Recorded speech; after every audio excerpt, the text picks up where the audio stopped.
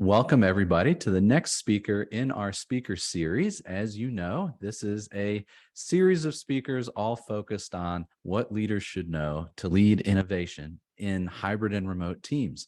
We have had so much change in how we work together, moving away from the traditional in-person environment to much more distributed teams.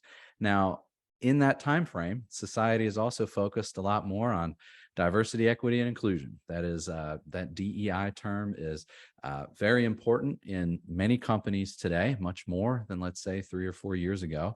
And the one letter that we want to focus on today is inclusivity, that I.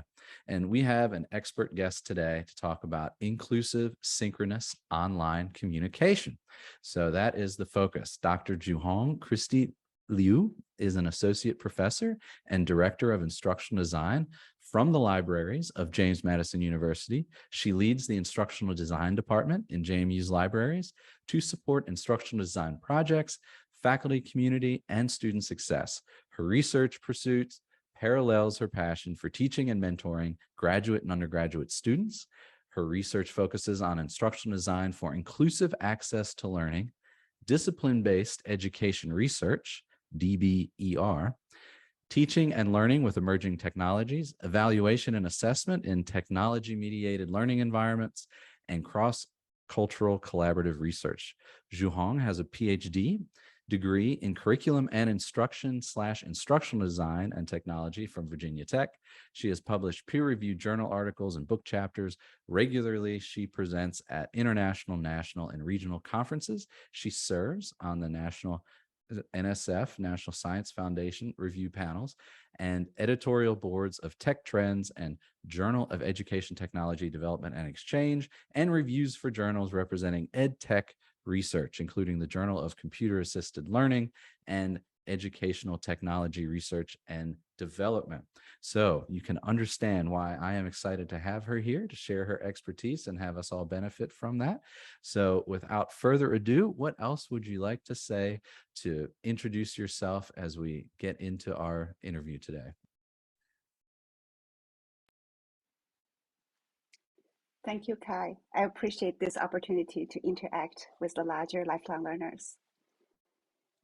So talking about leadership, I think my leadership has been situated and nurtured through inclusive and collaborative research, and then the participation through professional organizations, including members from diverse cultural background with a very diverse identity and a scholarly interest, and identity of gender, racial, and socioeconomic status, geographical status. So with that said, I think the background plays more about inclusivity. And then my pursuit of research leadership is reflected in inclusive and open access to learning. I have been a co-principal investigator of open educational resources, OER, design and development for geology OER textbook.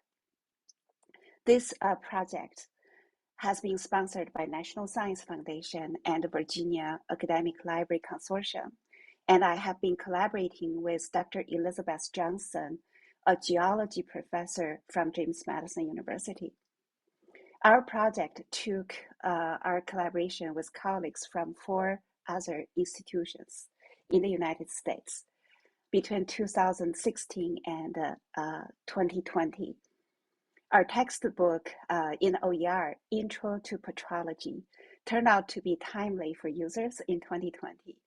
So between February 2020 and October 2022, we have had 77,595 users from 186 countries, and they had 196,679 page views of our textbook.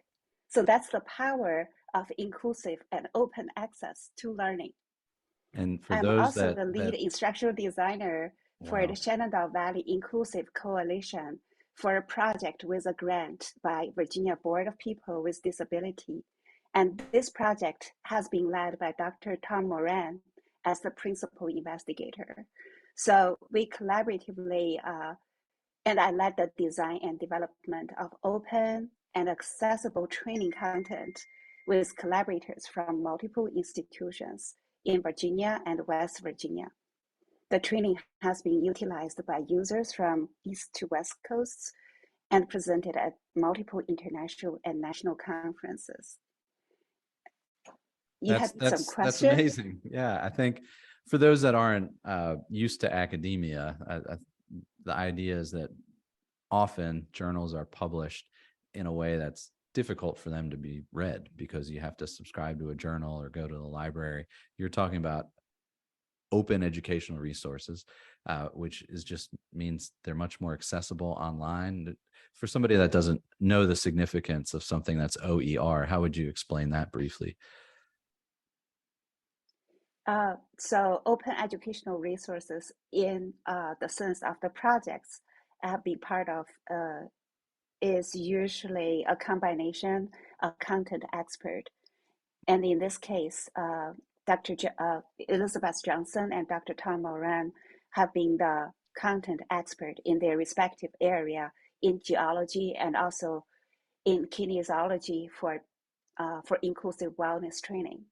And I am the instructional designer leading the project design development to ensure the content is presented professionally and then openly to the audience. What makes them open is this powerful grant sponsored from NSF, Virginia Academic Library Consortium, and the Virginia Board of People with Disabilities. They enabled the platform to ensure the content are peer-reviewed and being sustainably maintained and open to the audience. Because this entire process was the originally cost of the publisher's cost by the platform, by the publication, and by the presentation of content in a variety of format, in text, in accessible images, audio, and video. So the OER is the combination of effort of content expert, instructional design, content creation, and content host, and then make them accessible. And I think at one point we also needed to check the copyright because these are the content originally written by the content experts. Wow. Well, I guess to start transitioning to the theme, when you hear all those different people and pieces of the puzzle and perspectives and expertise and resources that it takes to put together something like that in an open format, I'm still reminded, in being a training and development professional myself, that it's not that easy. It's not that easy to just simply create a training and have it meet the needs, meet the goals, situate in the context, be designed in a way that is accessible for all people. And that might be how some people initially thought the transition to switching to online meetings might work. That's fine. We'll just have our meetings online and let's just adjust to that.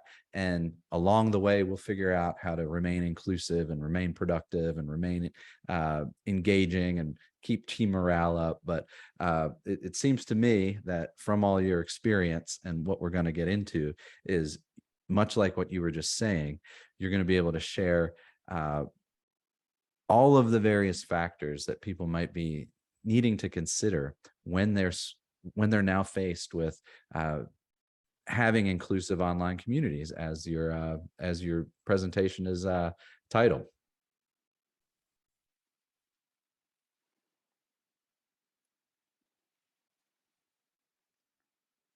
So before I start to share the content, I also want to lay a context about why I'm here and how this context made this inclusive leadership invitation from Kai. Because of the background of professional commitment I have had with organizations like Association for Educational Communications and Technology and American Educational Research Association, AERA. This participation and then later on the leadership roles in these organizations have all involved online community building and hybrid communication with both synchronous and asynchronous online communication methods and tools, and more importantly, the building of the community concept and with the members to build their sense of belonging in this community. So with that context, I will start to share my content area. Great. Is that okay to share the screen? Yes. Okay, thank you.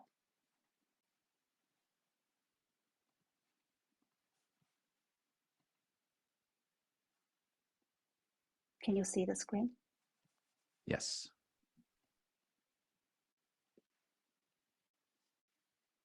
Okay, thank you. So Kai invited me to speak about inclusive synchronous communication in leading innovation in the new norm of hybrid and remote team and organization working environments. I would like to focus on the inclusive synchronous communication part as the primary focus today, since I'm still a rising leader in the organization where I've just started to take leadership role. And I also think my talk here blends the view of an educational technology researcher, practitioner, faculty member, and an instructional designer. So first of all, let's dig into the core word a little bit. What does it mean of synchronous? According to the Oxford English Dictionary, synchronous means existing or happening at the same time, coincident in time, belonging to the same period, or occurring at the same moment of time, contemporary, simultaneously. So the core concept is about time. Prior to the COVID-19 pandemic, the concept of synchronous was either taken for granted, as all activities at workplace were mostly synchronous. So we hold meetings, we teach classes in the same building on a campus or in an office building. The exceptional cases then were synchronous online meetings or audio conferences, so which needed specific coordination and planning and specific technology setup. We have been taking those for granted. And then the pandemic between 2020 and now simply immersed the synchronous concept with all types of meetings with Zoom, FaceTime, Teams, etc. And some of them are place-based as well. So for example, Kai and I can be in the same building and we're hosting this synchronous virtual meeting. So when we talk about hybrid and remote work, synchronous can mean both in-person and online. So that is the context for the content today. Yeah, it makes me think back to how of a special thing it was when we had a meeting on Zoom just a few years ago. We had to scramble to figure out whose laptop are we going to use, and do we have a speaker, and should we do a speaker phone? That was not that long ago, and now it's just normal. Correct. With this context, I'll talk about inclusive synchronous communication from a human-centered activity system approach, followed by understanding the tools for selective use, and then preparing activities mindfully.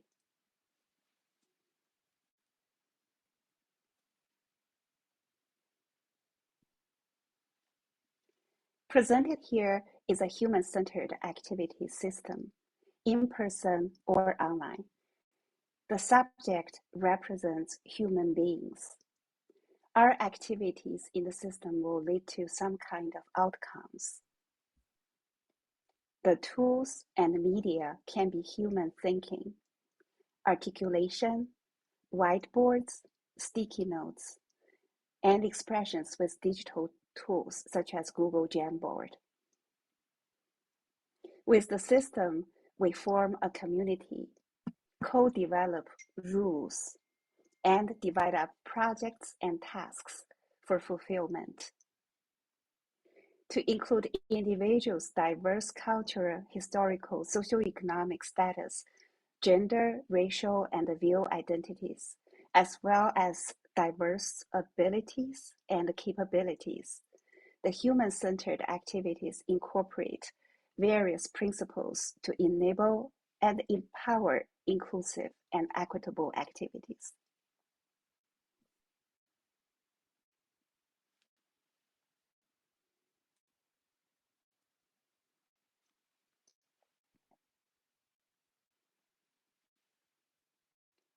And in the hybrid and remote working place, synchronous digital communication has been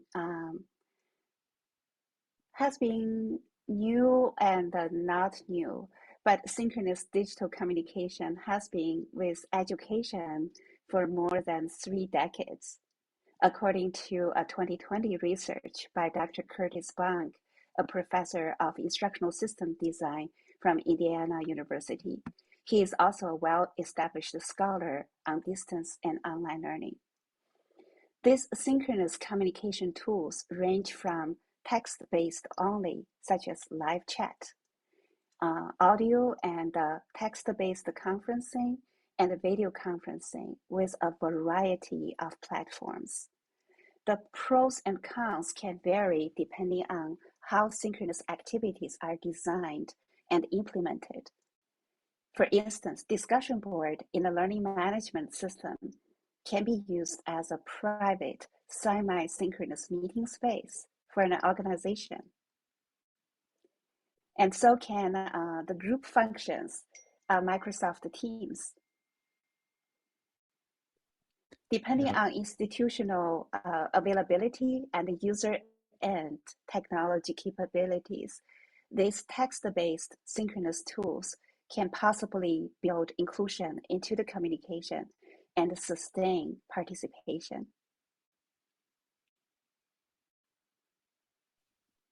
Yeah, I think we're seeing, really the applicability of what we're doing in the classroom to be inclusive with educational technologies to facilitate student learning and engaged learning and meeting the learning goals all of a sudden can be transferred into the workplace because the workplace is more used to, or more workplaces now have a norm of using some of these systems, and they're seeing the limits of just using Zoom by itself, for example, and they're seeing the need to complement that technology with other ways to really learn together. And ultimately, there's whole theories that say that organizations are actually learning communities.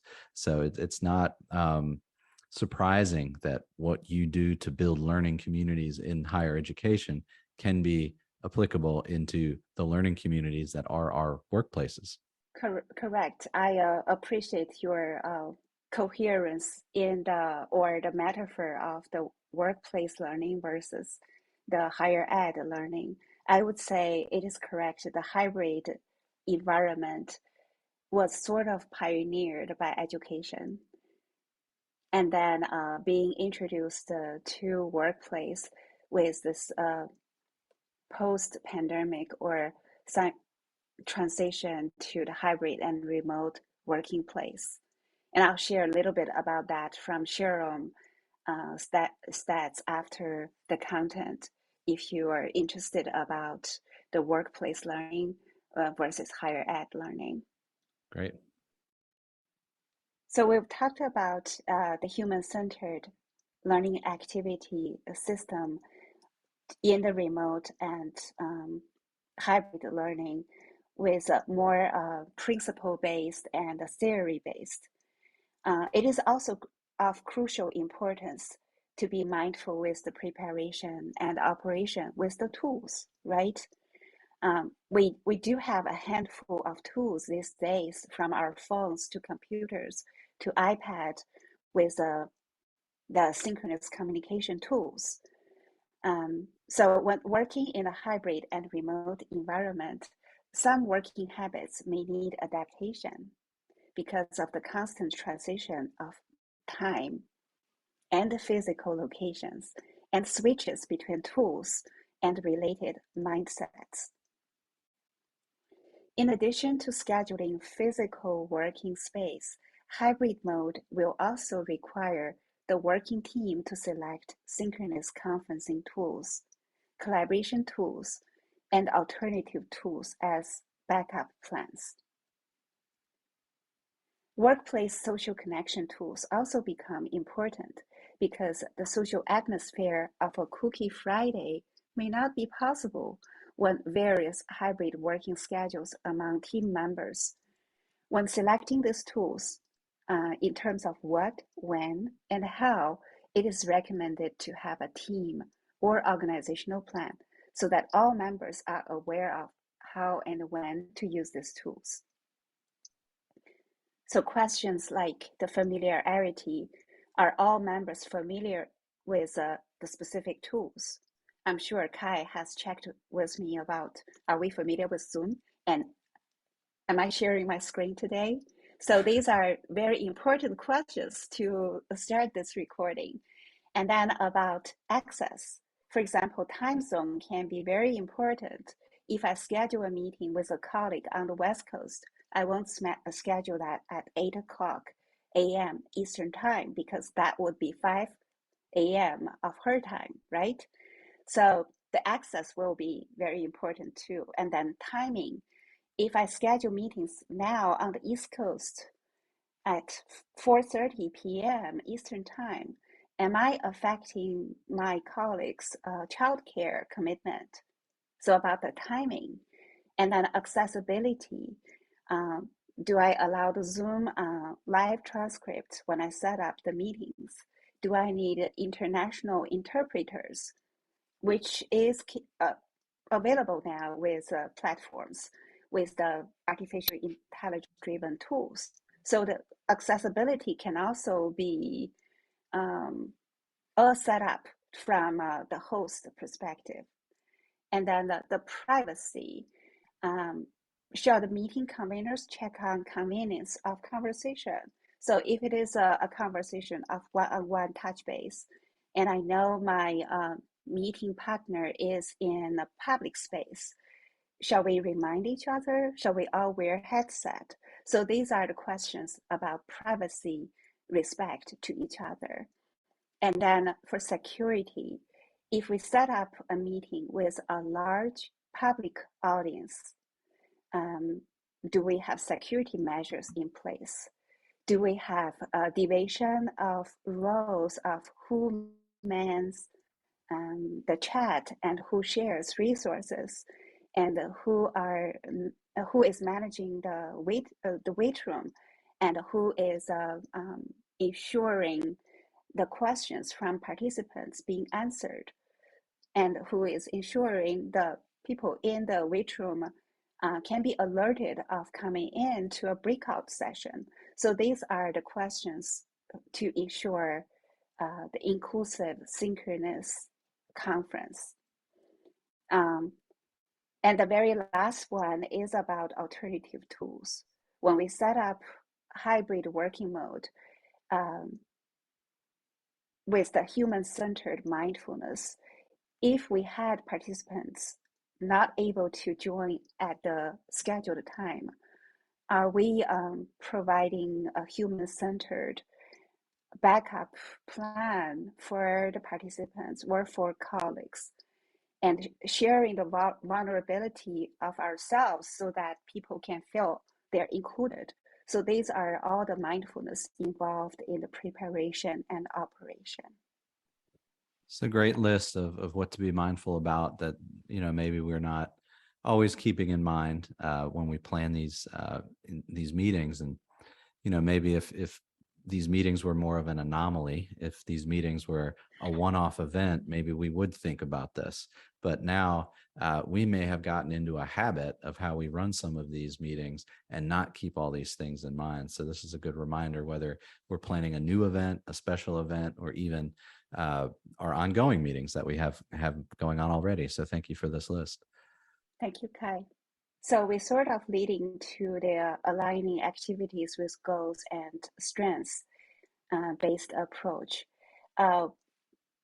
The resilience and care are important to leadership and individual success in this post-pandemic workplace.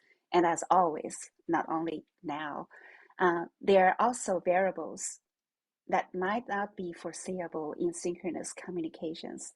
This might be caused by technology. We just checked the bandwidth at the beginning of our recording, right, Kai? And then about the context and about social emotional factors. This might be caused, and also might be caused by the confusion about personal goals in alignment with unit goals and organizational goals at the moment. So when operating and leading in hybrid and remote mode, pacing well with mindfulness of these contingent variables and thinking about the situations in other colleagues' shoes will build empathy and a sense of belonging in the workplace. And in this process, bringing independent and dependent working activities and allow time and space alternatively can also help build a rapport with respect to each other's strengths.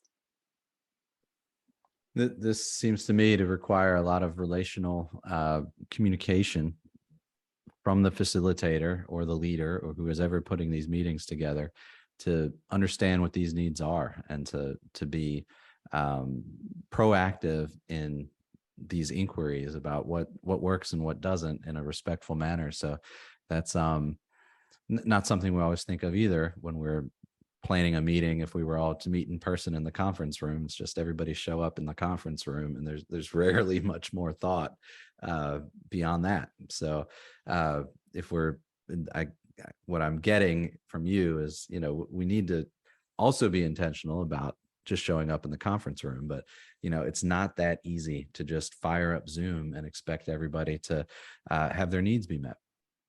Thank you for that intentional elaboration. My pleasure. That's what I'm here for. So this is the humility side and of scholar or practitioner scholar. I don't claim this presentation is of my own. I've based my preparation on the giant's shoulders of these references. And feel free to look into this literature if you're interested to dig further about this topic. Thank you for sharing those references and curating that information for our benefit. And understandably, a lot of your context comes from the higher education and instructional design perspective. And I just wanted to give you a chance and ask, what can you do to really transfer your knowledge as an instructional designer, or your role, your responsibilities, and make that as relevant as possible to folks that are facing the challenge of leading hybrid and remote teams and trying to learn together and be innovative? How would you like to make that connection even more strong? That is a great question, Kai. I would like to highlight this from two perspectives. One is about an instructional designer's role and skill set to be applicable and to embrace the challenges of remote and hybrid workplace. And another aspect is about how a workplace can be similar to a learning environment. So which aspect would you like to start with? Well, let's talk about the second one first. The idea, of the workplace being a learning environment. That might be a new a new idea for people, and then we can talk about that context, and then that would then allow the instructional designer's role to have some relevance. Awesome. So workplaces are more and more closely connected to learning to keep the organizational sustainability. Absolutely. And you will Yeah. say why? The Society for Human Resource Management, SHRM, and Talent LMS surveyed US-based HR managers and employees about learning and development in America's workplaces in early 2020. That's post-pandemic.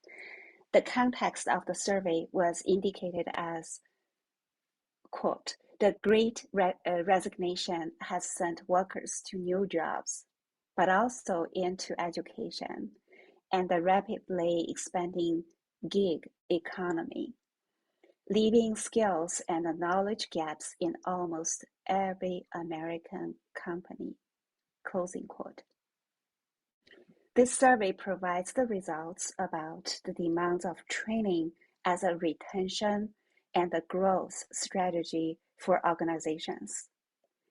Quote, learning and development serves a dual purpose for organizations to reskill and upskill current employees to fill business needs, and to recruit and retain talented workers who want to continuously learn. More than 8 in 10 HR managers believe training is beneficial to attract and retain talent. And many employees, about 48% surveyed participants, agree that training opportunities were a factor in choosing their current company. More than 3/4 of employees surveyed said they are more likely to stay with a company that offers continuous training or learning. Therefore, creating an inclusive and equity-driven learning environment in workplace is of crucial importance.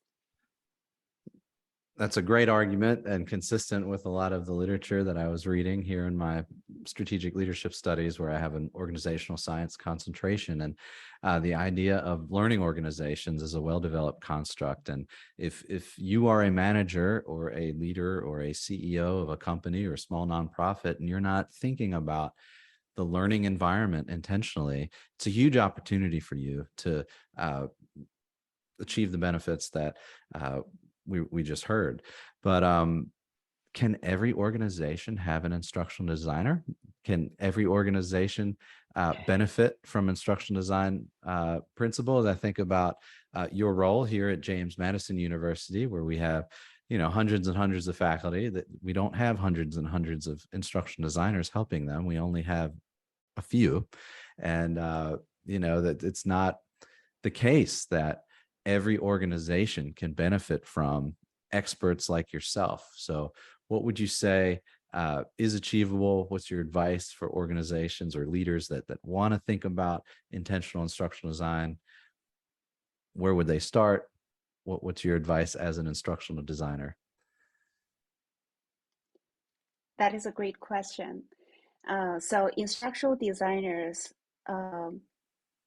can be professions by training, like myself, because I owe my background training for many advisors and mentors and professors in the institution I gained my degree, and also outside the institution who mentored me, including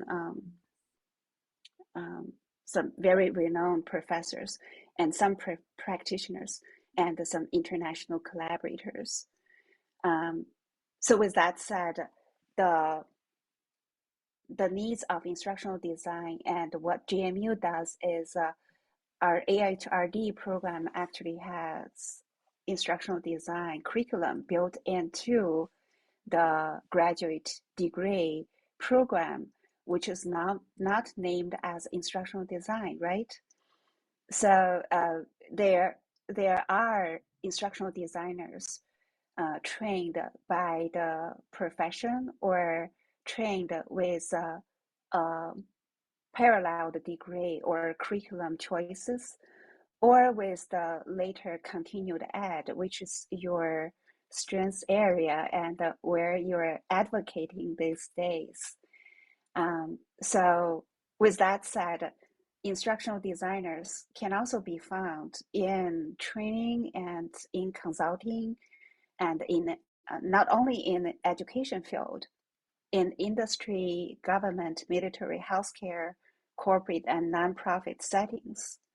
So if you look at LinkedIn these days, you can find instructional designers jobs are not no longer only in educational institutions. And the functions of instructional designers are also evolving over the years. Here is a connecting point of the workplace as learning environment, because to use your curation, I like literature, and I feel those peer-reviewed literature and meta-analysis can really inform me with a large set of data so that I know where this profession is going and where is this future direction is based on, right? So a meta-analysis published in TechTrend in 2021 with the author of Kara North and her research associates analyzed more than 100 instructional design jobs and found instructional designers were supposed to be able to develop professionals by providing instructional design as one area of support and consulting. And then second area is about training, delivery, and facilitation. Mm. And then about teaching technology applications. So that's at the organizational level. And then in addition, the same study also indicated that instructional designers would be anticipated to build individuals' capabilities of community, collaboration, and leadership for an organization. So the role of instructional designers is also evolving. And then the anticipation can include soft skills and hard skills, right? So we all know as a lifelong learning support category, I would group that of the field of professional continuing ed and instructional design both share a common area for support lifelong learning. We know the hard skills can be gained by training, by a short term of training and learning, but soft skills really need long-term community building and continued development. Mm-hmm. And leadership itself, it can be considered a soft skill that takes developed over a lifetime. Well, we have a tradition in our speaker series to offer a listener thank you gift after giving a shameless plug. So I will transition to give our shameless plug, which is indeed to check out some of the programming that we offer here from the School of Professional Continuing Education. In particular, we have a Foundations of Project Management and Team Communications course, and we have an innovative leadership program that we're launching with the first guest in the series, Maureen Metcalf. So look to JMU SPCE as an opportunity to continue your learning and your journey, whether it's hard skills in Lean Six Sigma or project management that you're looking for, or leadership development, which we're doing as part of this L.E.A.D series, which is free, open access on YouTube. I'm sure we can do better, but all these interviews are available for free, and anybody that registers by email will receive all of those into your inbox, including all the bonuses and the listener thank you gifts. We do have bonuses or discounts for some of those programs for those of you that did register that serve as our listener thank you gift for you tuning into this interview. Dr. Liu, do you have any shameless plugs or listener thank you gifts that you'd like to offer?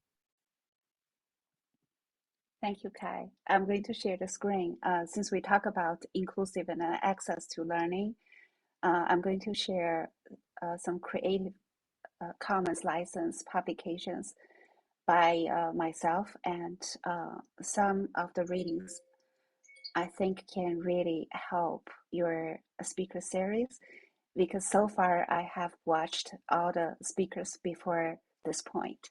Oh my They gosh. are very inspiring. Well, you are one of the few, I'm sure, that have watched all of them. I'll have to um, ask you your thoughts on those.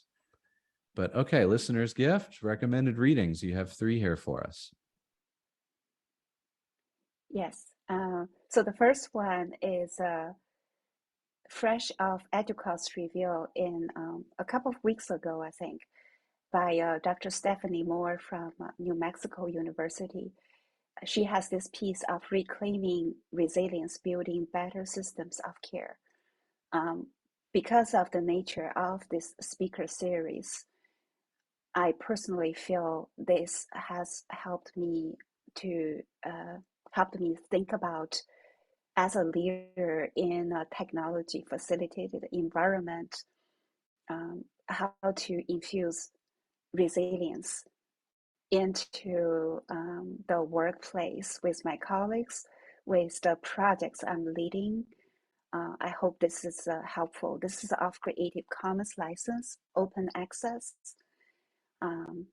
and feel free to enjoy the reading. And then the second list is about leadership and professional learning editors' picks. In this collection, you will have a collection of podcasts, audio and video clips that help leaders in technology facilitated environment. It is also picked by EDUCAUSE. And the very last one is a publication of my own in the Journal of Applied Instructional Design. It is about inclusiveness in instructional design and development of informal learning experiences from cultural lenses. As the initial invitation from Kai went, when we prepared, we talked about this article. Kai helped me connected the informal learning experience as the training or informal training at the workplace. So I hope this can be helpful to shape the leading innovations in hybrid and remote workplace. Well, thank you so much for these resources. I think we can leave it to the academics to give people homework as a listener thank you gift, more reading, but that's exactly what we're looking for here. I think we have growth mindset folks that have subscribed to the series and that are watching. And I'll ask you one other question here. Is there any of the other interviews that you might recommend, or anything that stands out to you from the interviews that you've seen to date?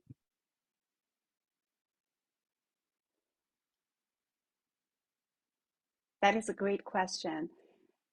If you have time, I think all the names on the reference list and on the recommended lists can be a great guest speakers for this series. Okay, that's a good idea. Yeah. And I have learned a lot from the prior speakers in this series.